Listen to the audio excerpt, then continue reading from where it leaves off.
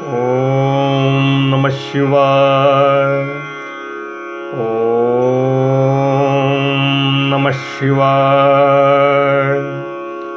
ओम नमः शिवाय।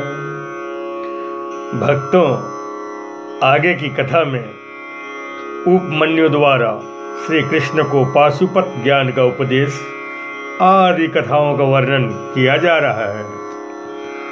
वायुदेव के पधारने पर ऋषियों ने उनसे कहा, भगवान श्री कृष्ण किसी समय धौम्य के बड़े भाई उपमन्यु से मिले थे और उनकी प्रेरणा से पाशुपत व्रत का अनुष्ठान करके उन्होंने परम ज्ञान प्राप्त कर लिया था। आप यह बताएं कि भगवान श्री कृष्ण ने परम उत्तम पाशुपत ज्ञान किस प्रकार प्राप्त किया।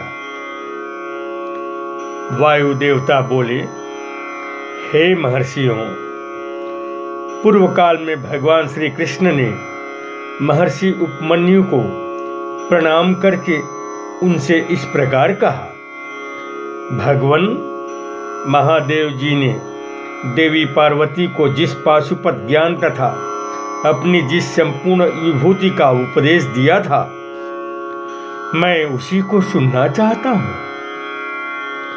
महादेव जी पशुपति कैसे हुए? पशु कौन कहलाते हैं?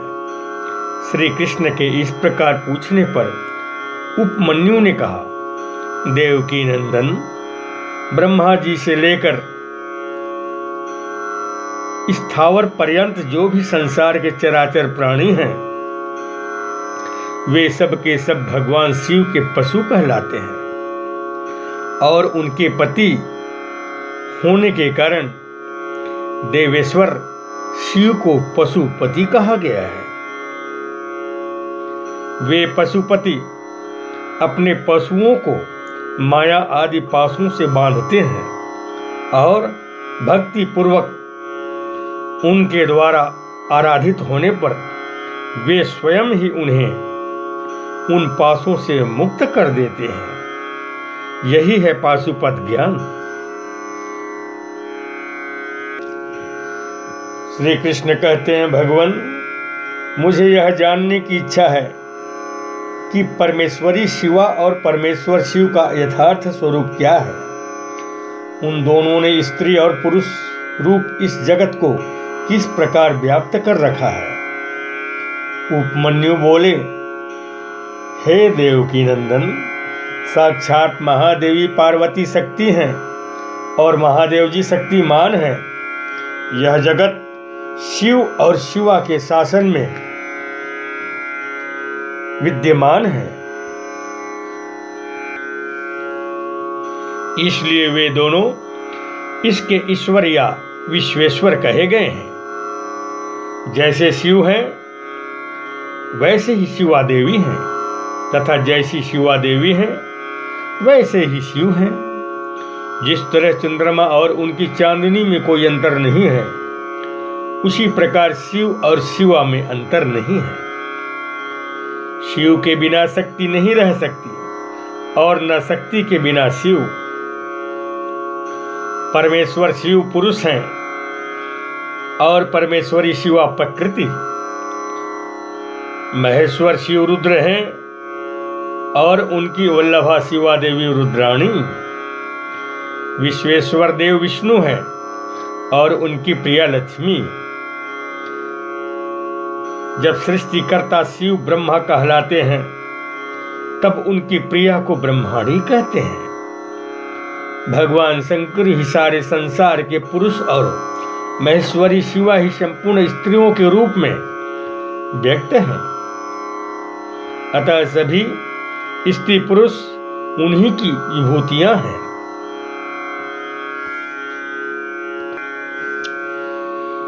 जैसे जलते हुए दीपक की शिखा समूचे घर को प्रकाशित करती है, जैसे जलते हुए दीपक की शिखा पूरे घर को प्रकाशित करती है, ठीक उसी प्रकार शिव पार्वती का यह तेज व्याप्त होकर संपूर्ण जगत को प्रकाश दे रहा है।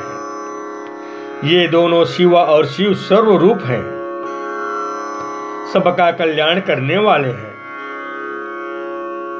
अतः सदा ही इन दोनों का पूजन, नमन एवं चिंतन करना चाहिए।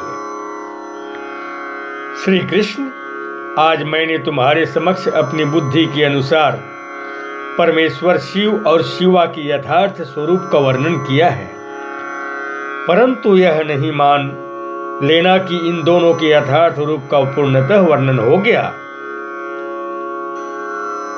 उपमन्यु कहते हैं, यदुनंदन, यह चराचर जगत देवाधिदेव महादेव जी का ही स्वरूप है। आगे की कथा में प्रणव की महिमा का वर्णन किया जा रहा है।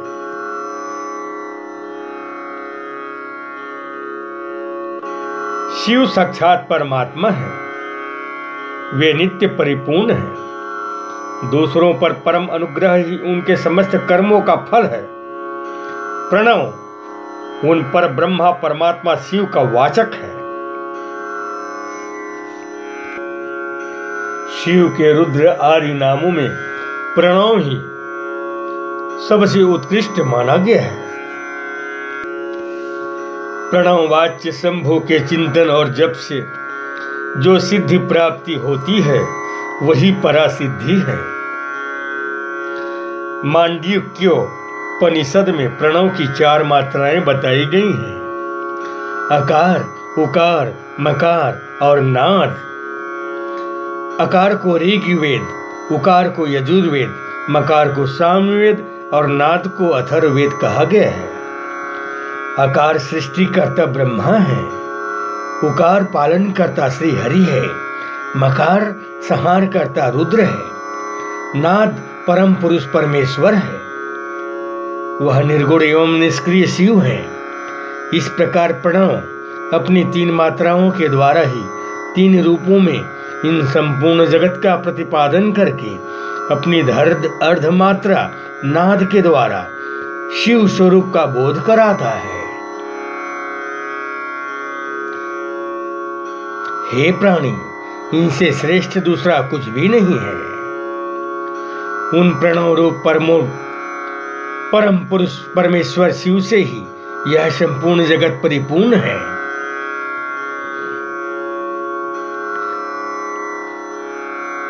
इसके बाद शिव के प्रसाद से प्राणियों के मुक्ति तथा 5 प्रकार के शिव धर्म आदि कथाओं का वर्णन है। उपमन्यु कहते हैं, श्री कृष्ण, जो अपने हृदय में शक्ति सहित भगवान शिव का दर्शन करते हैं, उन्हीं को सनातन शांति प्राप्ति होती है।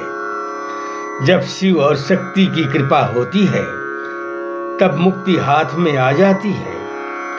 देवता, दानव, पशु पक्षी तथा कीड़े मकोड़े भी उनकी कृपा से मुक्त हो जाते हैं। परमात्मा शिव ने 5 प्रकार का शिव धर्म बताया है: तप, कर्म, जप, ध्यान और ज्ञान। लिंग पूजन आदि को कर्म कहते हैं।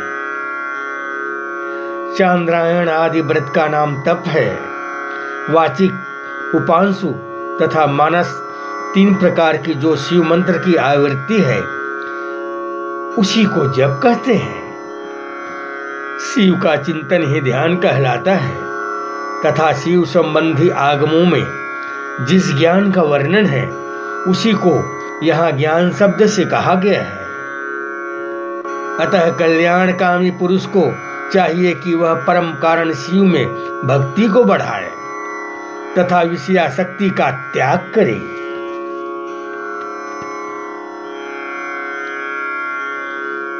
आगे की कथाओं में भगवान शिव के प्रति श्रद्धा भक्ति की आवश्यकता का प्रतिपादन का वर्णन है।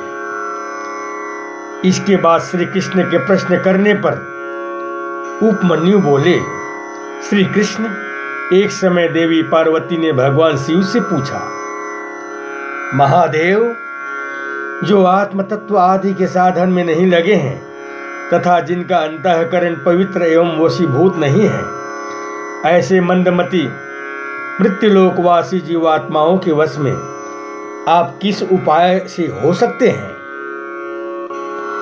महादेव जी बोले, देवी, यदि साधक के मन में श्रद्धा भक्ति न हो तो पूजन, तपस्या, जप, आसन आदि ज्ञान तथा अन्य साधनों से भी मैं उसकी वशीभूत नहीं होता हूँ। यदि मनुष्यों की मुझ में श्रद्धा हो तो जिस किसी भी हेतु से मैं उनके वश में हो जाता हूँ, श्रद्धा ही स्वधर्म का हेतु है और वही इस लोक में वर्णाश्रमी पुरुषों की रक्षा करने वाली है। वर्णाश्रमी पुरुषों के संपूर्ण धर्म वेदों से सिद्ध है। अतः मेरे मुख से प्रतिपादित वर्ण धर्म का पालन अवश्य करना चाहिए। सब प्राणियों पर दया करनी चाहिए तथा अहिंसा धर्म का पालन करना चाहिए। सत्य बोलना, चोरी से दूर रहना, ईश्वर और परलोक पर विश्वास रखना, मुझ में श्रद्धा रखना, इंद्रियों का संयम रखना, शास्त्रों को पढ़ना, मेरा चिंतन करना, ईश्वर के प्रति अनुराग रखना, सदा ज्ञानशील होना सभी के लिए नितांत आवश्यक है। फल की कामना से प्रेरित होकर कर्म करने से ही मनुष्य बंधन में पड़ता है। अतः कर्म के फल की कामना को त्याग देना चाहिए। ओम नमः शिवाय। ओम नमः शिवाय।